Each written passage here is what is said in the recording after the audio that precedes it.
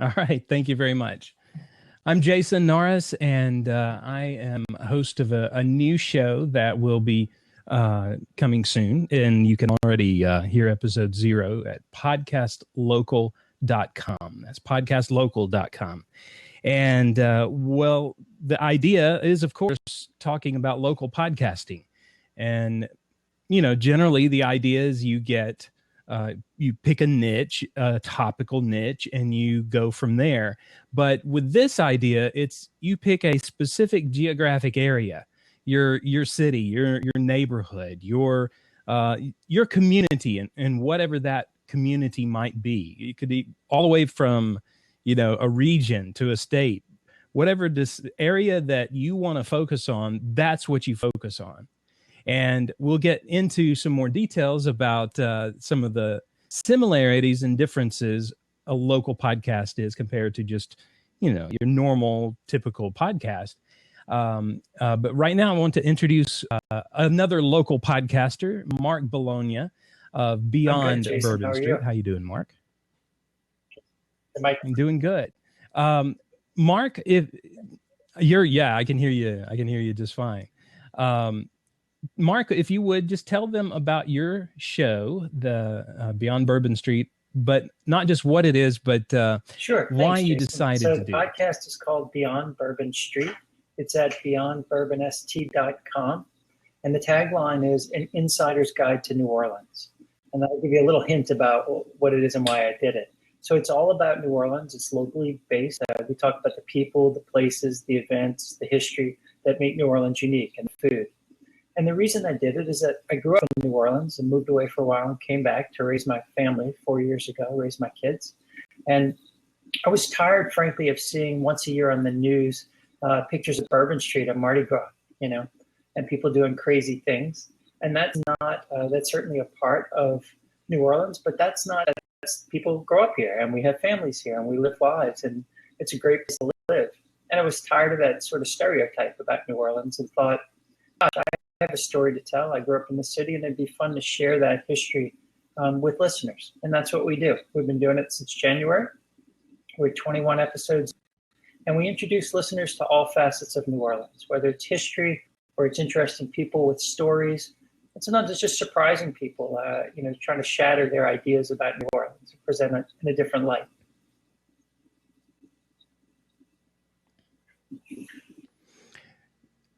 So I would also like to let you know, too, that there is a group that Mark Bologna started. It's a geography-based podcast. So if you're a local podcaster and you would like to, talk with others who are doing the same sort of thing, I really do invite you to join this group. Great conversations in there. And I've met so many local podcasters through this. And what you get from this is not only about the shows that they do, you get to see the slight differences that they have in the way that they handle going local. In fact, Mark, if you could get that link. I created a little short link for it just a minute ago. I'll put it in the notes. It's beyondbourbonst.com/local. And I'll type it in now. And that'll take you straight to the Facebook group. And as you mentioned, Jason, I really created it as a gathering place for people that either have podcasts focused on their local areas or people that were interested in creating something like that. I was at Podcast Movement earlier in the year, and as I walked around, it was just hard to find people doing that, and yet I knew they existed. So I thought, well, it'd be a great meeting place. And as you mentioned, we're at nearly 40 members after a month or two, and it really runs the gamut. There's Chris Holyfield, who I see in the chat box, runs a great podcast called I Am Salt Lake. But there's a gentleman in Lee in Ramsbottom in the UK. I think it's I Am Rami, right? A pretty small town from what it sounds like, but a big range. There's another gentleman that has a podcast about Los Angeles, specifically about architecture there. And as you mentioned, it's a really good place to share. And I'm hoping to grow that community just so that we can all learn from each other and keep each other motivated. Yeah, my show, my local podcast, was called, it's on the Go in Fort Worth. And by the way, I have a network, and Podcast Local is part of that network, but the other shows are there too at onthego.fm. It's on the go with a .fm. My goal with that whole idea is to bridge the to those who don't necessarily listen to podcasts or even fully understand podcasting. And so the .fm is to get the idea, hey, it's like radio. But one of the things that we started doing was a Fort Worth show, and we have a few archived episodes on there. But as of this past week, we no longer live in Fort Worth. And so, it kind of throws a monkey wrench here into the whole On the Go in Fort Worth plan. We moved to Richardson, Texas. So we're still in the DFW area, but now we're on the other side of the Metroplex. And I plan to continue doing local podcasting.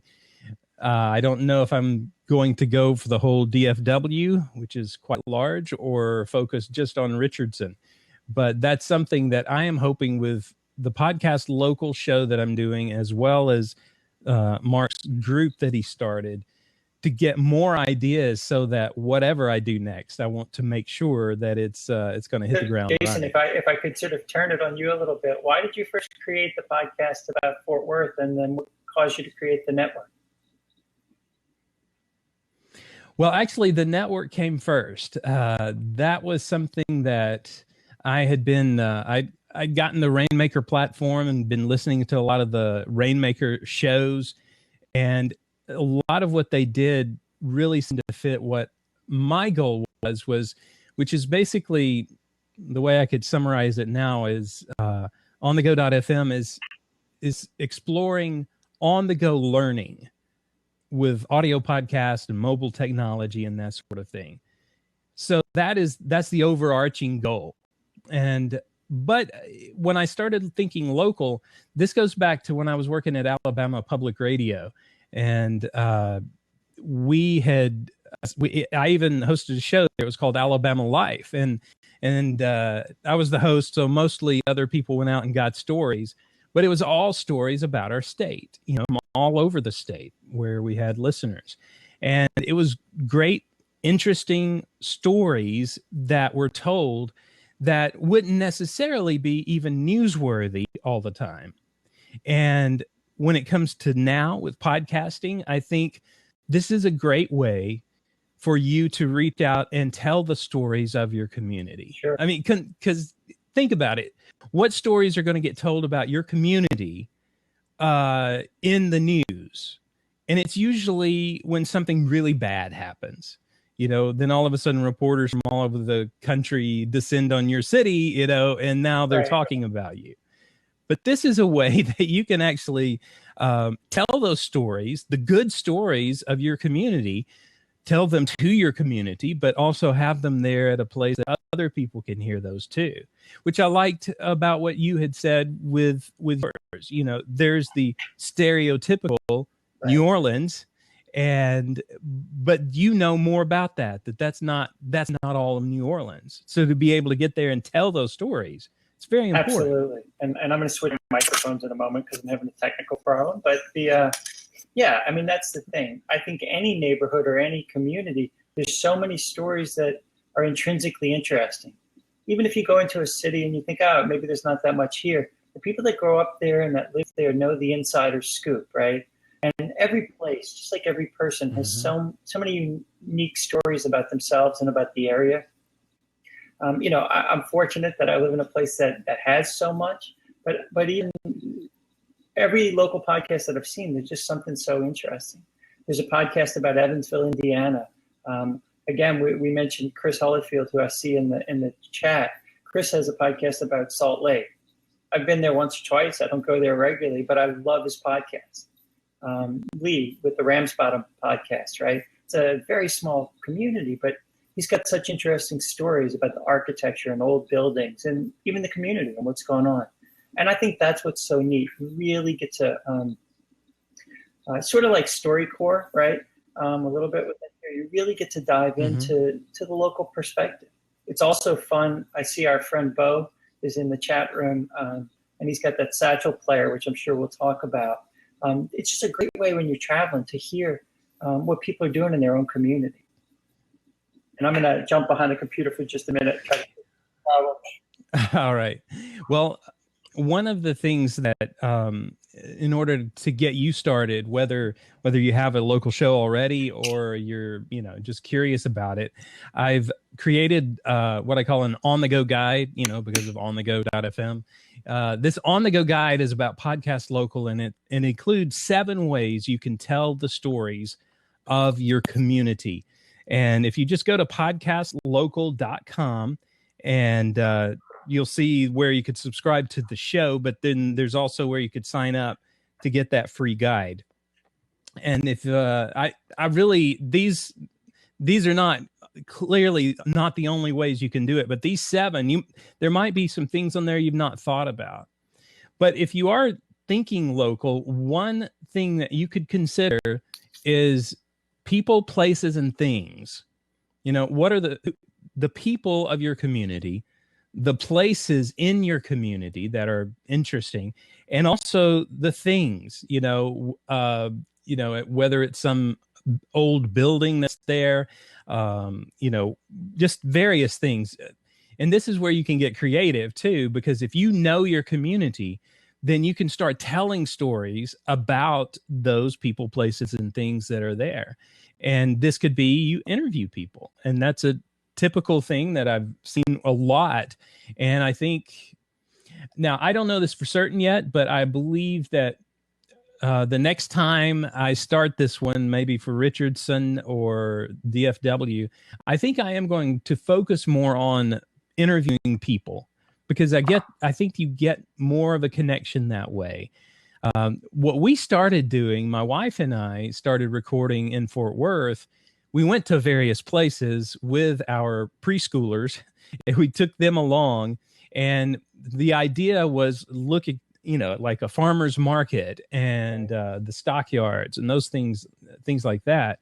So fun places you could go. You could take your kids with you, and that's what we explored.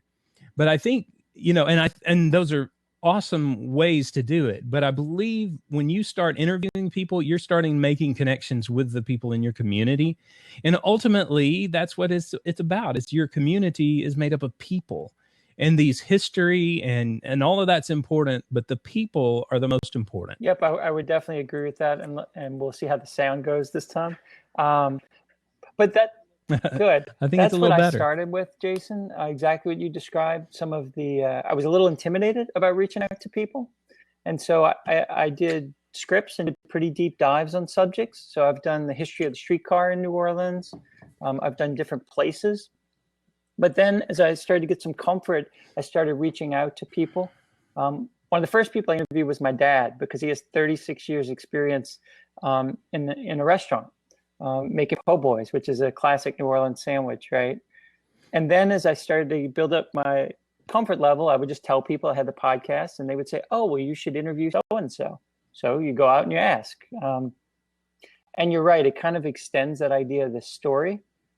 A good tip I've found is that when you interview someone, if they're a good guest, you then ask them, is there anybody else that would be an interesting person now that you've experienced my podcast, right? And that's really led to sort of a snowball for me.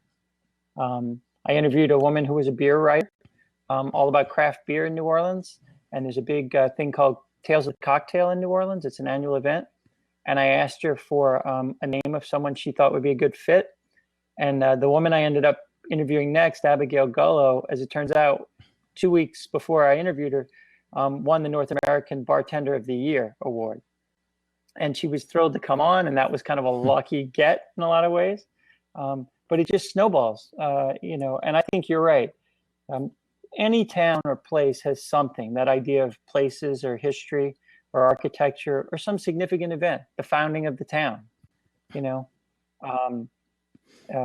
I think it's really, pretty easy to brainstorm and then just start. That would be my advice. Come up with a list and just start. And then to follow up on what you're saying, start to reach out and ask your friends and neighbors about, who they might suggest. The best thing that's happened to me is whenever I have a topic I don't know who to interview, I go to a neighborhood bookstore.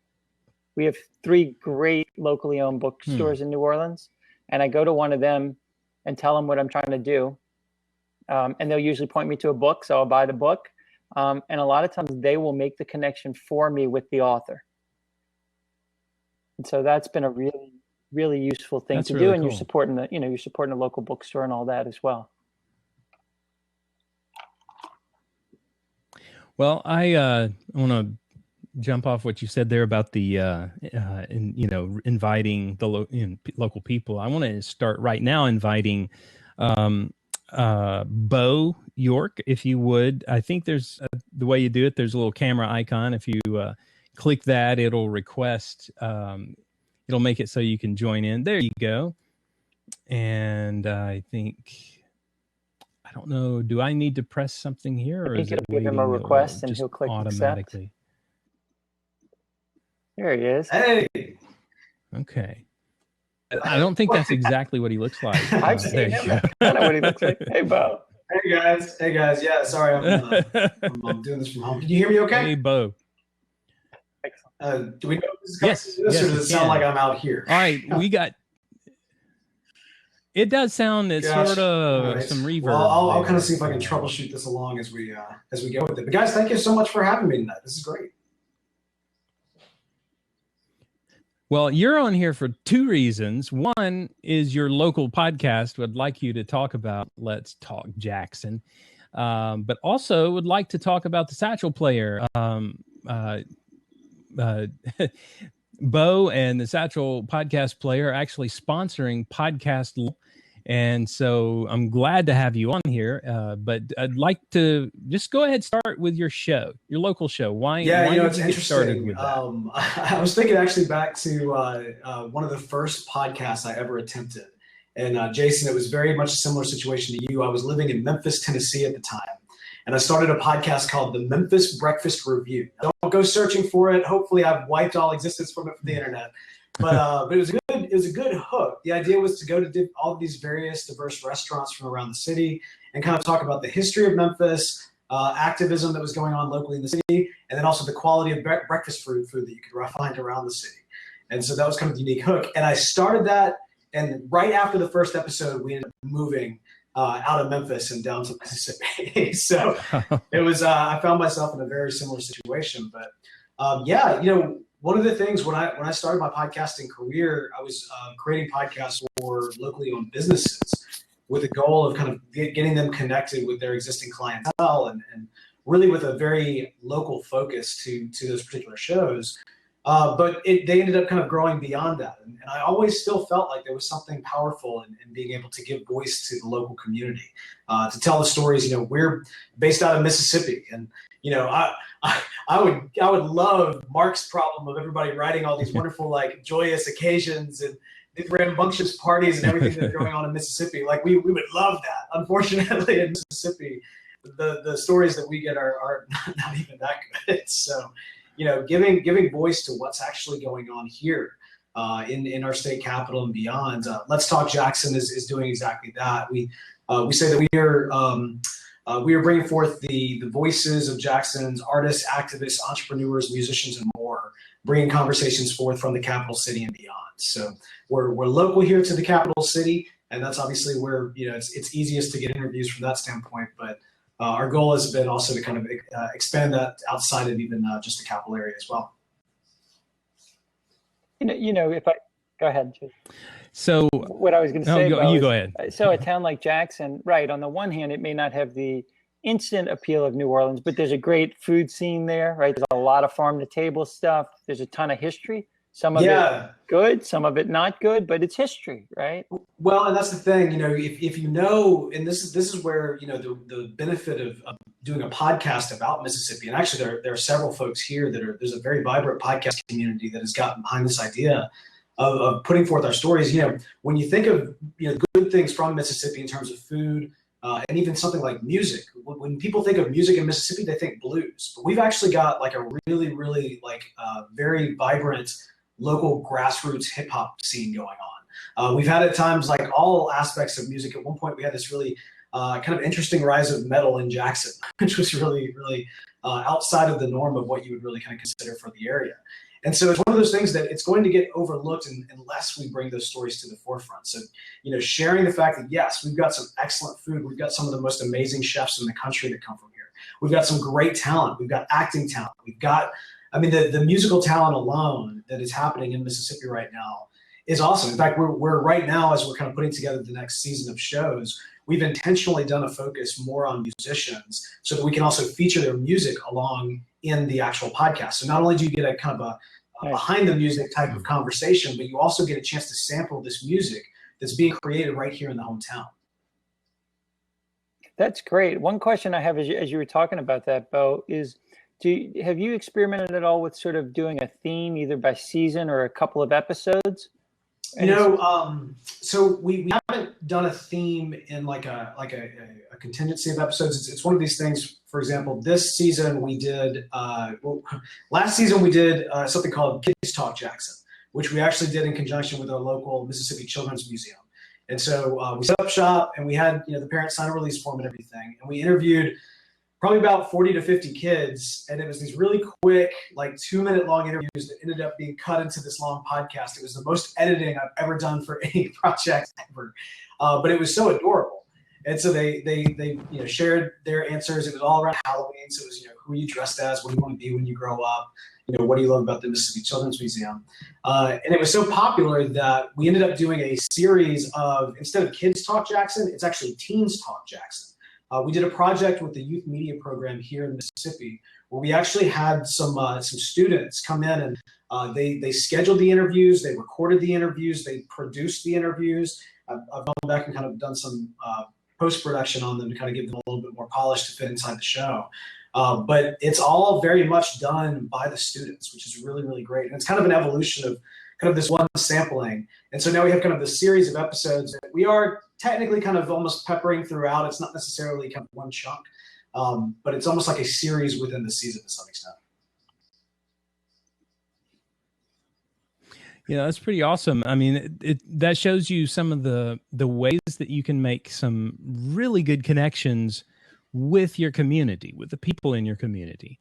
And, as I think most podcasters, they've heard this for a while, but, podcasting can create this community, whether it's on a topic or whatever it is, a community of people who are like-minded, or at least they like the way you do your show, and they make those connections with you. But then when you turn that around and you do it in your own city or in your own state or, your community, you're able to then take that and start to build the community with the community that already is there. And to me, I think this is one of the reasons, and my wife wrote a blog post about this, a guest post at the Fort Worth Moms blog, and I wrote something for Pottertainment, and we basically said the same thing. We wanted to pour into our community where our girls are going to grow up.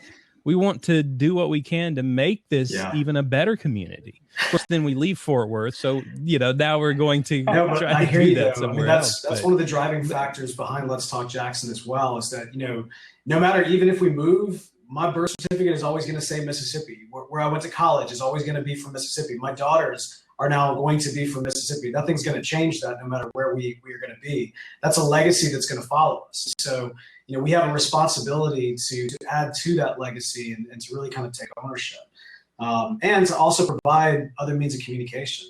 Like I mentioned, in our local area, it's not just me. We've got several people who are creating podcasts and giving voice to conversations that you don't hear on the nightly news, and drawing attention to things, very important things that are going on locally that just do not make the headlines. And so the more that those voices can get out, the more those conversations can happen, and people can get exposed to that. I think the more connected we can be as a community, and the more informed we can be about what's going on in our local area, beyond just obviously the feel-goodery and the wanting to change the narrative. There is also kind of a call to action that can come along with people creating local podcasting, and giving a little bit more of a bit of a rallying cry, right? I mean, if things aren't right in your home area, or if there's things going on, be it injustice or just simply businesses that are not doing what they should be doing, you can, when you have a voice, then you can start a conversation. And it's kind of as simple as that. And of course, obviously, we're all here, the three of us here on the call, everyone who's tuning in live, we're here because we know about the power of podcasting. We know that this is a medium in which you can connect, unlike anything else that's out there. And so, it's a powerful tool. And so I believe in local podcasting, not just as somebody who's here and creating local podcasts, but for just, universally and throughout our country and really the world as a whole. Well, and if I could jump in, so the three of us have something in common in that I have two little girls. I have twin daughters that are going to be 5. And it was very much about talking about raising them here in New Orleans as a place to live, but also trying to be an example and provide a different avenue for them, right? Even at a tiny age, they come into the studio sometimes. And like you, Bo, I had one of them on and it was the most editing I've ever had to do. But you get to show them different things, and you do get to highlight local, whether it's authors or it's coffee shops or big or small businesses. And in New Orleans, like Jackson, we have a complicated history in many ways. And I didn't think when I started that I would get into those issues. Honestly, I thought it would be fairly light. And I've had guests that come on and take us in a whole different direction, whether it's about the history of slavery in New Orleans, or we had a great guy on a couple weeks ago. His name is Vance Fokerson. He's called the Sausage King of New Orleans. He's a third generation sausage maker, and he's a Creole. And he talked about how if we could just get people from different backgrounds in a coffee shop or in a room and start talking, it's not as threatening as in some other forums, and yet you really get to see the similarities and understand where people are coming from. And we finished and clicked off the microphone, and he said, I think we accidentally just did that with 1,000 people on a podcast. And so you really can start to have conversations that in some ways just feel less threatening maybe than on the local television station or in the headlines or at a rally, right? Absolutely. That's good. Well, one of the things that, so we talked about Let's Talk Jackson. One of the things that you're doing too is really good, especially for local podcasters, but it works for any podcaster as well. And that is the Satchel Podcast Player. And I just would love it if you could just tell about this thing, and especially its emphasis on local, well, and also maybe the whole supporting financially of your favorite absolutely. podcast. By the way, do I sound better now, or do I sound the same? Yeah. All right. I tried to see if I can tweak it. No, I don't guess it worked. That's okay. So Satchel is a passion project and something that has kind of been a buildup of my entire podcast career. Has really been about trying to identify. Let me back up completely. I've been a fan of podcasts for over 10 years, back before the term was even around. I've always loved this medium, thought it was powerful, found myself connecting to people in a way that was unlike any other media. And yet I couldn't quite figure out why it really wasn't taking off. And so part of why I got into podcasting in the first place is to really understand this as an industry and understand where we as podcasters, where are those pain points, and what opportunity is here. If podcasting is the future of radio, how can we make sure that those steps are being taken to get it across that line?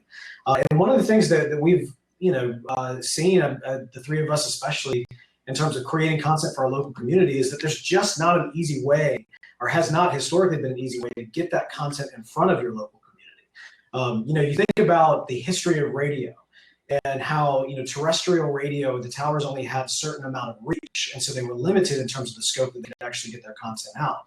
But the content that was being created because of the limitation was actually good, rich, refined content that was dedicated specifically to that community.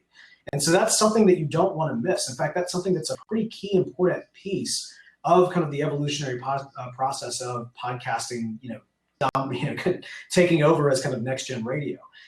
So Satchel really seeks to do a lot of things. Honestly, we're all about kind of progressing podcasting as an industry, removing barriers between content creators and content consumers. And what I tell people is kind of at the moment is our claim to fame, and obviously the reason kind of why we're all of us coming today is that Satchel allows you to find content based on your location, so that you can actually curate and see podcasts that are created in your home community. It works as kind of a twofold. One is, the podcast registers with us, which allows us to geotag that. And then on top of it, we have an algorithm that separates out locally focused versus locally sourced. So not only can you see podcasts that are talking about, news, events, whatever it may be in your local community, but you never know. Maybe the number one podcast on, puppies happens to be broadcast and created a couple blocks over. And so we really feel, and just me personally, I really feel that connecting with the local community and getting the local community to support the local community of listeners to support the local community of podcasters, it's core. It's crucial to our growth and the industry's growth.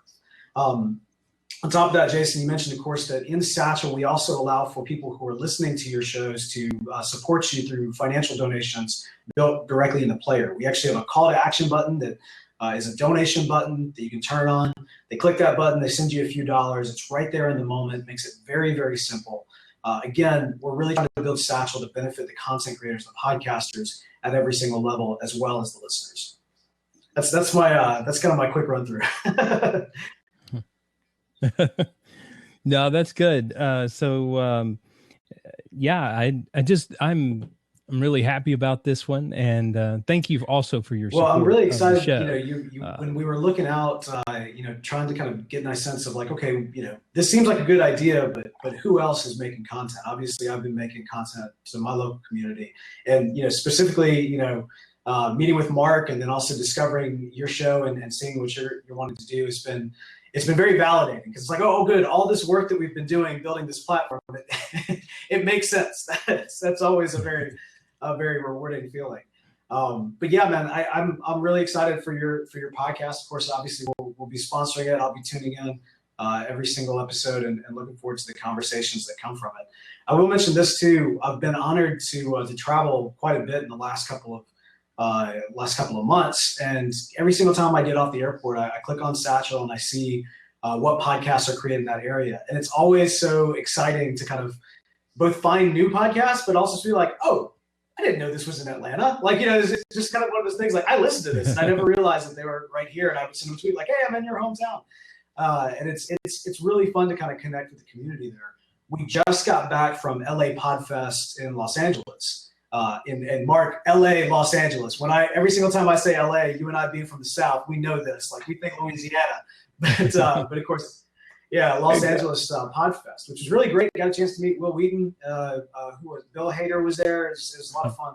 But there are so many. I guess this is a surprise to no one, but there are just a massive amount of podcasts that are in the Los Angeles area alone. And a lot of comedy, a lot of the great stuff. But it's so great to actually get a chance to see that. I do see a question in the chat asking if Satchel covers international or if it's just local to the U.S. It is international. I was actually speaking at New Media Europe earlier this year, got off the plane in London, clicked it on and saw we had 20 podcasts already registered with us in the London area. And then we actually had 20 more before I ended up leaving before I ended up leaving, it was right during the Brexit.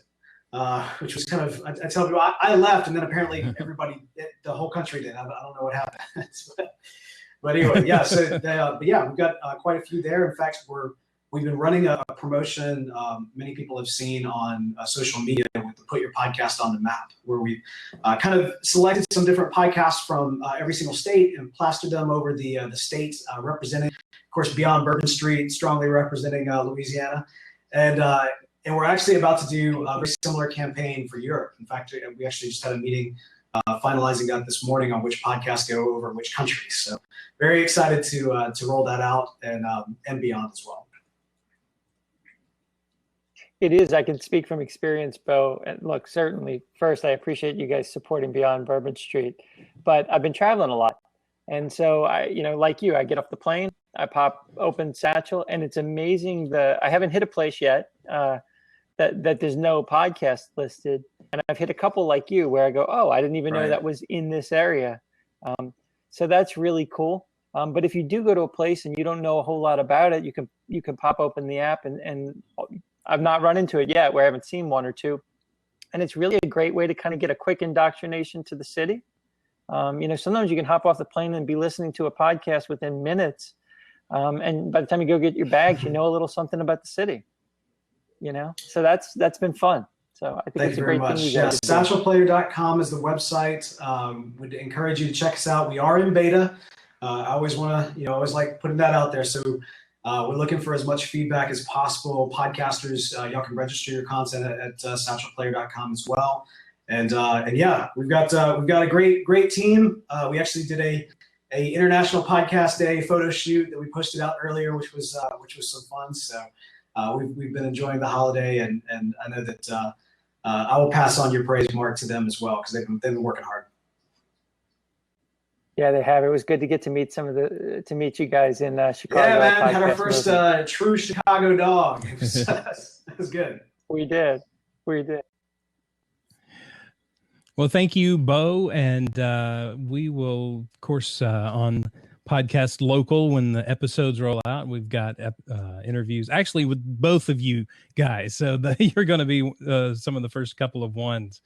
I was wondering, is Chris Hollifield still in the chat? Are you still around? I'm having trouble switching over to viewers to see who's all is there, but Chris, if you are, that would be awesome. I would love to have you on and talk about your show as well.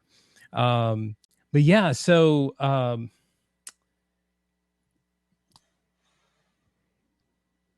trying to think about the best way, like, what is the most interesting thing that you've done, either one of you, locally right now, whether it's a local person or some place or something, what have you podcast about that's just, it's very near and dear to your heart, or it was just very clever kind of Mark, a thing that you first, had? man. Okay. Thanks, Bo. Before I could say the same. For me, so I'm 21 episodes in, and the 6th episode I did was an interview with my dad. So my dad owned a po' boy restaurant for 36 years in New Orleans. Quick side story, they bought the restaurant on January 16th, 1970. I was born exactly 9 months later, September 16th, so I was the celebration baby. And I grew up with the restaurant because they were young. They were 18 or 19 when they were married and had me. And so I literally grew up in the back of the restaurant. So I wanted to do the history of the po' boy. I had some listeners request that. And it's a pretty interesting story. It ties into the streetcar strike, a strike of streetcar workers in the 1920s. And I thought, well, who better to interview than my dad? He was well known in the city. He had spent his entire life to this point making po' boys. And I thought selfishly, it would be a really nice keepsake to have my dad's voice recorded for myself and for my kids. So after a little bit of reluctance, he came on, and we had just this great conversation. And even now, people say it's one of their favorites because it was so personal. And of course, he was an expert. And I was a little shy about that at first. And then I thought, well, why not? He knows what he's talking about. I'm not going to find anyone else that's more knowledgeable. So that was personal and really fun. And I think, Jason, the fact that it was personal really resonated with the audience. It's good. For me, I think it was actually one of the first episodes of Let's Talk Jackson that we did, where I interviewed an artist, and her name's Lauren Stennis. And if you've been following Mississippi at all, I'm so sorry. If you've been following Mississippi at all, that one of the things that we've been pretty adamant about is trying to kind of change our state flag for what I feel should probably be obvious reasons. And Lauren she represents somebody who's a really interesting person in the midst of that discussion, because she's an artist who's actually created a new flag design for the state. And she's also the granddaughter of a senator from Mississippi who, I guess as she would put it, has historically fallen on the wrong side of history on a lot of things that have happened in Mississippi. And so her story of dealing with the complexities of her family's legacy and how it relates specifically to her desire to change the state flag and the arts that she's created around it. It's been powerful, and is probably, there's a lot of episodes I'm proud of, but in terms of Let's Talk Jackson, especially early on, that was one that I felt very proud of, and one that's we've enjoyed seeing that shared quite a bit for the power of her story. Well, that's cool. One of the ones that I really liked, it was more because of what I had to do in the editing. It was our stockyards episode where we were strolling through the stockyards, and that was the first one where we were really out in a place with the recorder, with our preschoolers, and trying to record, trying to figure out how this is all going to work. And it ended up being pretty interesting episode, but it was like we learned a lot about what not to do, but then also how to get some good recordings. And then it really came together finally when I was editing it. The story wasn't actually fully worked out while we were doing it. It was only in editing that I was able to piece that together. And I enjoy editing. I mean, I just love editing, and editing is okay in just regular like conversations and stuff, but to try to really mix it and mix music and mix sounds and everything together. That's Jason, I'm sending all my work to you, buddy. I love podcasting, but that's the one area that I mean, like when I do it right, I'm really proud of it. But yeah, it does. It's time consuming. That's for sure. And that's interesting because I think the part I like the most is trying to weave a story, and trying to almost storyboard it ahead of time. And the opposite of it doesn't always work that way, but the opposite of what you described, Jason, right? I try to sit down with an idea and really pull on what's the thread to carry through it, and what would be the interesting, again, the storyline. I don't always succeed, but that's what I try to do. And it made me think as you were talking, Jason, if people are listening to us and thinking, oh, I'm interested in starting a podcast about my community, I would say just start, right? Because you can get hung up, whether it's the editing or it's the story or I don't quite know what I'm doing. And you can always record a couple episodes and let your friends listen and get some feedback and never publish those, right? Or come to a community like the one you've created, the one we've created on Facebook, and just get some feedback. Because sometimes it takes you a little while to find your voice, and I think, Bo, you mentioned it, right? You kind of go down one path and then you get interested in something else. And I think that's the beauty of podcasting. You can kind of go left, right. You don't have to be so fixed programmatically, like maybe historical FM stations. And so I think people should embrace that and just jump in and find their voice as they go.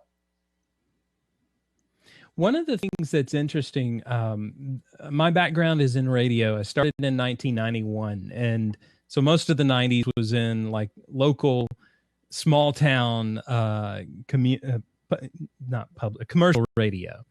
And then in the 2000s, that's when I had found public radio. And it's world of difference, that's for sure. But with both of them, the idea is, a lot of people have been saying this for a while. For radio, local radio to survive, it really needs to make connections with that local community. Because think about it. If you want to listen to music, you've got Spotify. If you want to watch, movies and TV, it's like everything's on demand. You can get it everywhere else. And that the only benefit really for a local radio station is the fact that it's in a community and it potentially could make the connection with that community. Some radio stations are doing that, but I would have to say, this is just a guess, it's not statistical evidence here, but that most are not. Most are going to play maybe a top 40 or whatever kind of format that they have. And in order to really make a connection with the community, there has to be something else. And so I think one of the ways that you could do something is, in other words, your local radio station might not do it, but you could do it. You could create a story about things in your community. You could, if you find that there are some other local podcasters in your area, you could partner with them as well and say, hey, maybe I could go out and do a story and you could, share this with your listeners. And I don't know, it's just one of those things that when you start reaching out to your community and finding out who's there, that you can start telling these stories that not even a radio station could even compete with. Yeah, Jason, you're exactly right. One of the things that we've been really just honored to see with kind of how Satchel's being used here is specifically podcasters coming together and forming kind of a local network, kind of more of a network of doing exactly what you're talking about, sharing resources, sharing ideas, being able to kind of support one another, reviewing each other's shows, sharing each other's episodes. And even things just, one of the problems that exists today in podcasting is shareability. It's something obviously we and many others are very cognizant of and are working on how we can make podcasting even more shareable and discoverable. But at the same time, it's way more shareable and discoverable than your local radio station or a radio story. If you're tuning in and you're listening to, a broadcast on the radio and they talk about this thing, well, you can share that in just word of mouth in terms of information.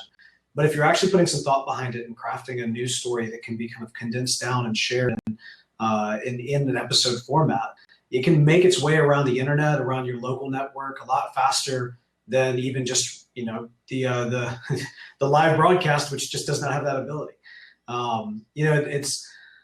It's one of these fun things about the era that we live in, and kind of as we go to more on demand and making that more accessible. I was talking to I won't name any names. I was talking to a potential investor who did not really understand podcasting, and this was kind of early on, and it was on me. I wasn't very good at explaining it back then. And at the end of the day, he's just like, well, I don't get it. Well, if they've got radio, it's fine. If they got radio, it's fine. And after it was all said and done, he told me no. I said, okay, well, actually, I'll be, I was on the radio yesterday talking specifically about this. And he said, well, where can I go and listen to it? I'm like, exactly. You can't. But if it was a podcast, you could. But yeah, I mean, it's an amazing era that we live in. In many respects, podcasting is the Wild West, but it's starting to get more and more firm, and more and more solutions are coming in. You talk specifically about some of the research that's come out of Edison and share of ear and that sort of thing. And if you look at people who are listening to podcasts, they're listening to podcasts more than they're listening to anything else, which includes terrestrial radio.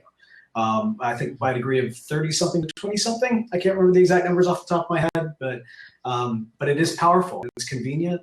And it means for us as content creators, there's a burden of responsibility that perhaps didn't exist 5 years ago.